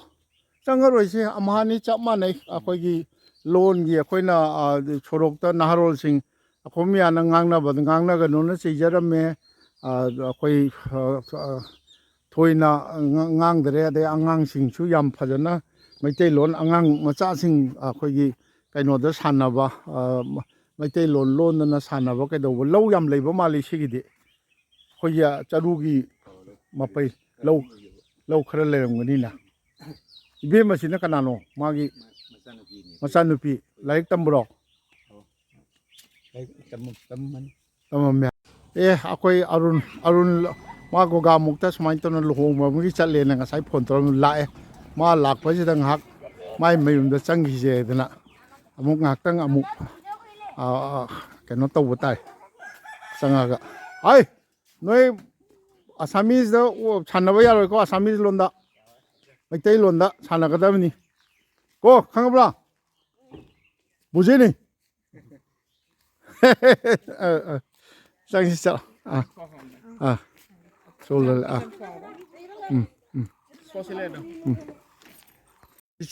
ꯆꯠꯆꯔꯤꯕꯁꯤꯗꯩꯁꯤꯗ ꯀꯩꯅꯣꯁꯤꯅ ꯑꯣꯏꯔꯣꯝ ꯊꯪꯕꯁꯤꯅ ꯃꯩꯇꯩꯒꯤ ꯁ꯭ꯌꯥꯝꯒꯨꯔꯤ ꯍꯥꯟꯅ ꯎꯈꯣꯡꯃꯥꯇꯤ ꯃꯅꯤꯄꯨꯔꯤ ꯒꯥꯎ ꯍꯥꯏꯔꯝꯕ ꯀꯩꯅꯣ ꯁꯤꯅꯥꯝꯅꯦꯕ ꯃꯆꯤꯟ ꯃꯅꯥꯎ ꯑꯣ ꯁꯤꯅꯥꯝꯒꯤ ꯃꯆꯤꯟ ꯃꯅꯥꯎꯅꯦꯕ ꯍꯤꯡꯒꯣꯜꯗꯤ ꯌꯥꯝ ꯆꯥꯎꯔꯤꯅꯤꯀꯣ ꯑꯗꯨꯒ ꯌꯦꯠ ꯊꯪꯕꯁꯤꯅ ꯑꯩꯈꯣꯏꯒꯤ ꯃꯤꯁꯤꯡꯁꯤꯡꯒꯤꯀꯣ ꯃꯤꯁꯤꯡꯒꯤ ꯂꯩꯀꯥꯏꯅꯤ ꯑꯩꯈꯣꯏꯒꯤ ꯌꯨꯝ ꯂꯩꯔꯛ ꯃꯆꯥꯁꯤ ꯆꯪꯕꯁꯤꯅ ꯁ꯭ꯌꯥꯝꯒꯨꯔꯤ ꯃꯅꯤꯄꯨꯔꯤ ꯒꯥꯎ ꯍꯥꯟꯅ ꯎꯈꯣꯡꯃꯥꯇꯤ ꯃꯅꯤꯄꯨꯔꯤ ꯒꯥꯎ ꯍꯥꯏꯔꯒ ꯈꯪꯅꯔꯝꯕ ꯁꯤꯒ ꯑꯩꯈꯣꯏꯒꯤ ꯈꯨꯜꯂꯣꯟꯅꯔꯦ ꯂꯩꯀꯥꯏ ꯂꯣꯟꯅꯔꯦ ꯈꯨꯜꯂꯣꯟꯅꯕ ꯍꯥꯏꯇꯥꯔꯦ ꯈꯨꯜꯂꯣꯟꯅꯔꯦ ꯃꯤꯁꯤꯡꯒꯤ ꯌꯨꯝꯅꯤ ꯃꯥꯡꯗ ꯂꯩꯔꯤꯁꯤꯅ ꯁꯣꯝꯅ ꯑꯩꯈꯣꯏꯒꯤ ꯃꯩꯇꯩꯒꯤ ꯁꯤꯅꯥꯝꯒꯤ ꯌꯨꯝ ꯑꯃꯅꯤ ꯁꯤꯁꯨ ꯃꯩꯇꯩꯒꯤ ꯂꯝꯂꯣ ꯑꯣ ꯑꯗꯨꯗꯤ ꯃꯤꯁꯤꯡꯒꯤ ꯂꯝꯗꯁꯨ ꯃꯤꯁꯤꯡꯒꯤ ꯂꯣꯝꯗꯁꯨ ꯃꯩꯇꯩꯒꯤ ꯂꯝ ꯂꯩꯔꯤꯅꯦ ꯑꯗꯨꯗꯤ ꯕꯨꯗꯤ ꯍꯥꯟꯅꯗꯒꯤ ꯏꯁꯥꯒꯤ ꯂꯝꯅꯤꯗ ꯑꯣ ꯁ꯭ꯋꯥꯏ ꯃꯇꯦꯛꯁꯤꯕꯨꯗꯤ ꯂꯧꯕꯨꯛꯇ ꯂꯧꯕꯨꯛꯇ ꯑꯗꯨꯝ ꯍꯥꯏꯗꯤ ꯑꯗꯨꯝ ꯂꯩꯕ ꯑꯣ ꯌꯨꯝꯗꯤ ꯁꯣꯝꯗꯅꯦꯕ ꯏꯕꯥꯏꯒꯤ ꯑꯣ ꯁꯣꯝꯒꯤꯁꯦ ꯑꯣ ꯁꯣꯝꯗ ꯂꯩꯔꯤꯁꯦ ꯁꯤꯅ ꯂꯣꯏꯔꯕ꯭ꯔꯥ ꯁꯤꯅ ꯀꯩꯅꯣ ꯂꯣꯏꯔꯦ ꯑꯁꯣꯝꯗ ꯌꯨꯝꯅꯥꯛ ꯑꯃ ꯂꯩꯔꯤ ꯌꯨꯝꯅꯥꯛ ꯑꯃꯁꯨ ꯂꯩꯔꯤꯕ ꯑꯣꯖꯥꯒꯤ ꯀꯩꯌꯨꯝ ꯑꯩ ꯁꯤꯅꯥꯝꯅꯤ ꯁꯤꯅꯥꯝ ꯃꯤꯡꯗꯤ ꯃꯤꯡ ꯔꯣꯃꯣꯟ ꯁꯤꯡ ꯔꯣꯃꯣꯟ ꯁꯤꯡ ꯑꯣꯖꯥ ꯍꯣꯏ ꯀꯗꯥꯏꯗ ꯄꯣꯛꯏꯅꯣ ꯑꯩ ꯁꯤꯕꯁꯥꯒꯣꯔꯗ ꯄꯣꯛꯄꯅꯤ ꯁꯤꯕꯁꯥꯒꯣꯔ ꯄꯣꯛꯏꯔꯥ ꯁꯤꯕꯁꯥꯒꯣꯔ ꯀꯗꯥꯏꯋꯥꯏꯒꯤ ꯁꯤꯕꯁꯥꯒꯣꯔ ꯑꯩꯈꯣꯏꯒꯤ ꯕꯣꯔꯀꯨꯂꯥ ꯕꯣꯔꯀꯨꯂꯥꯒꯤ ꯑꯣ ꯕꯣꯔꯀꯨꯂꯥꯗꯒꯤ ꯀꯌꯥꯝ ꯆꯥꯎꯔꯀꯥꯟꯗ ꯂꯥꯛꯏꯅꯣ ꯁꯤꯗ ꯑꯩ ꯑꯗꯨꯀꯥꯟꯗꯨꯗ ꯑꯩ ꯁꯟ ꯁꯥꯕ ꯈꯔ ꯍꯩꯔꯦ ꯁꯟ ꯁꯥꯕ ꯍꯩꯔꯦꯕ ꯑꯣ ꯑꯗꯨ ꯀꯨꯏꯔꯕ ꯋꯥꯅꯤꯅꯦ ꯀꯨꯏꯔꯦ ꯑꯣ ꯑꯗꯨ ꯃꯇꯝꯗꯨꯗ ꯑꯩꯈꯣꯏꯒꯤ ꯁꯤꯁꯤꯗ ꯑꯩꯈꯣꯏꯒꯤ ꯑꯁꯥꯝꯗ ꯑꯃꯨꯛ ꯄꯥꯅꯤꯅ ꯑꯃ ꯇꯧꯔꯝꯃꯤ ꯑꯗꯨ ꯃꯇꯝꯗꯨꯗ ꯑꯣ ꯏꯁꯤꯡ ꯏꯆꯥꯎ ꯏꯁꯤꯡ ꯏꯆꯥꯎ ꯑꯁꯤ ꯃꯥꯡꯗ ꯎꯔꯤꯁꯤ ꯃꯩꯇꯩꯒꯤꯔꯣ ꯁꯤ ꯅꯠꯇꯦ ꯃꯤꯔꯤ ꯍꯥꯎꯅꯤ ꯍꯥꯎꯅꯦꯕ ꯑꯣ ꯍꯥꯎꯒꯤ ꯃꯔꯛꯁꯤꯗ ꯑꯩꯈꯣꯏ ꯃꯩꯇꯩꯒꯤ ꯂꯧꯁꯨ ꯑꯃꯨꯛ ꯌꯥꯎꯔꯤꯕ ꯑꯣꯖꯥ ꯍꯣꯏꯒꯤ ꯁꯤ ꯂꯣꯏꯅ ꯑꯩꯒꯤ ꯉꯥꯛꯇꯅꯤ ꯑꯣ ꯁꯦ ꯑꯩꯅ ꯃꯣꯏꯗ ꯄꯤꯊꯣꯛꯈꯤꯕ ꯄꯤꯊꯣꯛꯀꯦ ꯀꯩꯒꯤꯅꯣ ꯄꯤꯊꯣꯛꯏꯕꯣ ꯁꯨꯝ ꯏꯆꯤꯟ ꯏꯅꯥꯎ ꯁꯨꯝ ꯌꯦꯟꯅꯔꯛꯄꯗ ꯃꯆꯦꯠ ꯃꯆꯦꯠ ꯑꯣ ꯁꯣꯝꯗ ꯑꯅꯤ ꯑꯃ ꯂꯩ ꯑꯗꯨꯗꯤ ꯑꯩꯈꯣꯏ ꯌꯥꯝꯅ ꯍꯧꯖꯤꯛꯇꯤ ꯊꯕꯛ ꯏꯪꯈꯥꯡ ꯂꯣꯏ ꯁꯨꯅ ꯑꯗꯩ ꯑꯩꯅ ꯌꯥꯝ ꯅꯨꯡꯉꯥꯏꯖꯗ꯭ꯔꯤꯁꯦ ꯊꯕꯛ ꯊꯣꯛꯑ ꯄꯩꯁꯥ ꯊꯣꯛꯑꯒ ꯌꯨ ꯊꯛꯄꯗ ꯁꯤ ꯍꯥꯏꯕ ꯌꯥꯝ ꯇꯥꯏ ꯁꯣꯝꯗ ꯑꯗꯨ ꯅꯨꯡꯉꯥꯏꯇꯦ ꯃꯁꯤ ꯑꯅꯤꯝꯗꯤ ꯊꯣꯛꯈꯔꯦ ꯍꯥ ꯃꯁꯤ ꯁꯤꯕꯁꯤ ꯅꯥꯗꯅ ꯁꯤꯕ ꯅꯠꯇꯦ ꯑꯦꯛꯁꯤꯗꯦꯟꯗ ꯁꯤꯕ ꯉꯥꯛꯇꯅꯤ ꯑꯦꯛꯁꯤꯗꯦꯟꯗ ꯁꯤꯕ꯭ꯔꯣ ꯍꯤꯗꯥꯛ ꯊꯛꯆꯤꯜꯂꯒ ꯊꯧꯕ꯭ꯔꯥ ꯀꯩ ꯇꯧꯕ꯭ꯔꯥ ꯍꯣꯏꯅꯦ ꯑꯗꯨ ꯍꯤꯗꯥꯛ ꯊꯛꯑꯒ ꯑꯗꯨ ꯅꯠꯇꯦ ꯑꯩꯒ ꯔꯥꯙꯥ ꯃꯥꯙꯣꯞꯀꯤꯗꯨꯗꯤ ꯑꯩꯈꯣꯏꯗꯤ ꯌꯨ ꯈꯪꯗ꯭ꯔꯦ ꯊꯛꯄꯒꯤ ꯁꯤꯈ꯭ꯔꯦ ꯑꯗꯨꯅꯤ ꯁꯤꯅꯤ ꯑꯩꯈꯣꯏꯒꯤ ꯑꯣꯈꯣꯃꯥꯇꯤ ꯍꯥꯟꯅ ꯍꯥꯏꯔꯝꯕ ꯑꯣꯈꯣꯃꯥꯇꯤ ꯃꯅꯤꯄꯨꯔꯤ ꯒꯥꯎ ꯍꯥꯏꯔꯝꯕ ꯑꯗꯣ ꯍꯧꯖꯤꯛꯅ ꯁ꯭ꯌꯥꯝꯒꯨꯔꯤ ꯃꯅꯤꯄꯨꯔꯤ ꯒꯥꯎ ꯍꯥꯏꯔꯤꯕ ꯁ꯭ꯌꯥꯝꯒꯨꯔꯤ ꯍꯥꯏꯕ ꯁ꯭ꯌꯥꯝꯒꯨꯔꯤ ꯃꯅꯤꯄꯨꯔꯤꯅ ꯍꯥꯏꯔꯕ ꯗ ꯂꯥꯛꯆꯕꯁꯦ ꯑꯩ ꯂꯣꯏꯁꯤꯟꯖꯔꯒꯦ ꯃꯇꯥꯡꯁꯤꯗ ꯉꯁꯤꯁꯤ ꯑꯩ ꯉꯁꯤ ꯑꯍꯤꯡꯁꯤꯃꯁꯨ ꯑꯩꯈꯣꯏꯒꯤ ꯎꯈꯣꯃꯥꯇꯤꯗ ꯂꯦꯛꯆꯔꯒ ꯁꯤꯗꯒꯤ ꯀꯔꯤ ꯑꯩꯈꯣꯏꯒꯤ ꯀꯔꯤ ꯁꯣꯅꯥꯄꯨꯔꯗꯨ ꯀꯌꯥꯝ ꯂꯥꯞꯄꯦꯕ ꯑꯣ ꯀꯤꯂꯣꯃꯤꯇꯔ 9-10 ꯑꯗꯨꯁꯨ ꯌꯨꯝ 9 ꯂꯩꯌꯦꯗꯥꯏ ꯍꯦꯜꯂꯤ ꯑꯗꯨꯁꯨ ꯍꯥꯟꯅ ꯀꯨꯟꯃꯨꯛ ꯁꯨꯔꯝꯃꯅꯤꯅꯦ ꯍꯧꯖꯤꯛ ꯑꯣ ꯑꯗꯨ ꯁꯣꯅꯥꯄꯨꯔ ꯍꯥꯏꯅ ꯃꯩꯇꯩ ꯈꯨꯟ ꯑꯃ ꯑꯩ ꯇꯥꯕꯗꯤ ꯀꯨꯏꯖꯔꯦ ꯑꯗꯨ ꯑꯣ ꯑꯗꯨꯒꯤ ꯁꯣꯅꯥꯄꯨꯔ ꯍꯥꯏꯕꯗꯣ ꯍꯌꯦꯡ ꯑꯌꯨꯛ ꯆꯠꯆꯔꯒ ꯅꯣꯔꯠ ꯂꯈꯤꯝꯄꯨꯔ ꯍꯥꯏꯒꯠꯆꯔꯒ ꯑꯩꯈꯣꯏ ꯃꯊꯪ ꯆꯠꯅꯅꯕ ꯊꯧꯔꯥꯡꯖꯒꯦ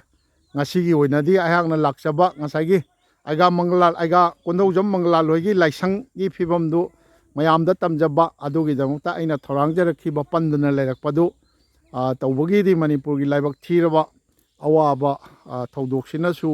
ꯑꯣꯏꯕꯅꯤ ꯅꯠꯂꯝꯗ꯭ꯔꯗꯤ ꯃꯥꯏꯀꯩꯗ ꯍꯣꯖꯥꯏ ꯂꯪꯀꯥꯗ ꯒꯨꯋꯥꯍꯥꯇꯤꯗ ꯀꯁꯥꯔꯔꯣꯝꯗ ꯑꯗꯒꯤ ꯃꯅꯤꯄꯨꯔꯒꯤ ꯃꯅꯨꯡꯗ ꯑꯩꯈꯣꯏ ꯀꯔꯤ ꯋꯥꯅꯤ ꯑꯩꯈꯣꯏꯅ ꯑꯅꯧꯕ ꯑꯃ ꯁꯥꯔꯒ ꯂꯣꯏꯔꯦ ꯃꯟꯗꯤꯔ ꯍꯥꯏꯗꯅ ꯂꯣꯏꯅꯃꯛ ꯊꯧꯔꯥꯡ ꯇꯧꯗꯅ ꯂꯩꯅꯔꯕꯅꯤ ꯑꯗꯨ ꯃꯗꯨꯒꯤ ꯄꯥꯟꯗꯝꯗ ꯑꯩ ꯃꯔꯨ ꯑꯣꯏꯅ ꯆꯪꯖꯔꯛꯄꯅꯤ ꯑꯣꯈꯣꯃꯥꯇꯤꯒꯤꯗꯤ ꯇꯁꯦꯡꯅꯃꯛꯀꯤꯗꯤ ꯑꯩ ꯃꯃꯥꯡꯗ ꯊꯝꯖꯈ꯭ꯔꯕꯅꯤ ꯑꯁꯤ ꯍꯥꯏꯔꯒ ꯑꯩꯍꯥꯛꯅ ꯎꯈꯣꯃꯥꯇꯤꯗ ꯉꯔꯥꯡ ꯇꯥꯡ 9 ꯐꯦꯕ꯭ꯔꯨꯋꯥꯔꯤꯒꯤ 8 2025 ꯇꯒꯤꯅ ꯉꯁꯤ ꯇꯥꯡ 9 ꯐꯥꯎꯕ ꯂꯩꯖꯔꯛꯄꯒꯤ ꯑꯩꯒꯤ ꯎꯈꯣꯃꯥꯇꯤ ꯈꯣꯡꯆꯠ ꯑꯁꯤ ꯈ꯭ꯋꯥꯏꯒꯤ ꯃꯐꯝꯗ ꯄꯥꯎꯗꯝꯖꯕ ꯑꯁꯤ ꯉꯁꯤꯒꯤꯗꯤ ꯎꯈꯣꯃꯥꯇꯤꯒꯤ ꯑꯣꯏꯅꯗꯤ ꯁ꯭ꯌꯥꯝꯒꯨꯔꯤ ꯃꯅꯤꯄꯨꯔꯤ ꯒꯥꯎꯒꯤ ꯑꯣꯏꯅꯗꯤ ꯃꯇꯥꯡ ꯑꯁꯤꯗ ꯂꯣꯏꯁꯤꯟꯖꯒꯦ ꯅꯨꯡꯉꯥꯏꯇꯦ ꯃꯤꯁꯤꯡ ꯀꯩꯅꯣꯒꯤ ꯌꯨꯝ ꯅꯨꯡꯉꯥꯏꯕ ꯔꯣꯝꯗ ꯑꯣꯟꯁꯤꯜꯂꯒ ꯇꯧꯒꯦ ꯃꯩꯇꯩꯒꯤ ꯑꯗꯨꯅ ꯑꯣꯖꯥꯒꯤ ꯃꯤꯡꯗꯨ ꯀꯔꯤꯑꯕ ꯍꯧꯖꯤꯛꯀꯤꯗꯣ ꯔꯣꯃꯣꯟ ꯀꯔꯤꯕ ꯌꯨꯝꯅꯥꯛꯇꯣ ꯁꯤꯅꯥꯝ ꯑꯣꯖꯥ ꯔꯣꯃꯣꯟ ꯍꯧꯖꯤꯛ ꯊꯕꯛ ꯁꯨꯕꯤꯔꯝꯃꯤꯔꯣ ꯀꯩꯅꯣ ꯐꯤꯒ ꯂꯧꯊꯣꯛꯇꯅ ꯇꯧꯔꯝꯃꯤꯁꯤꯕꯣ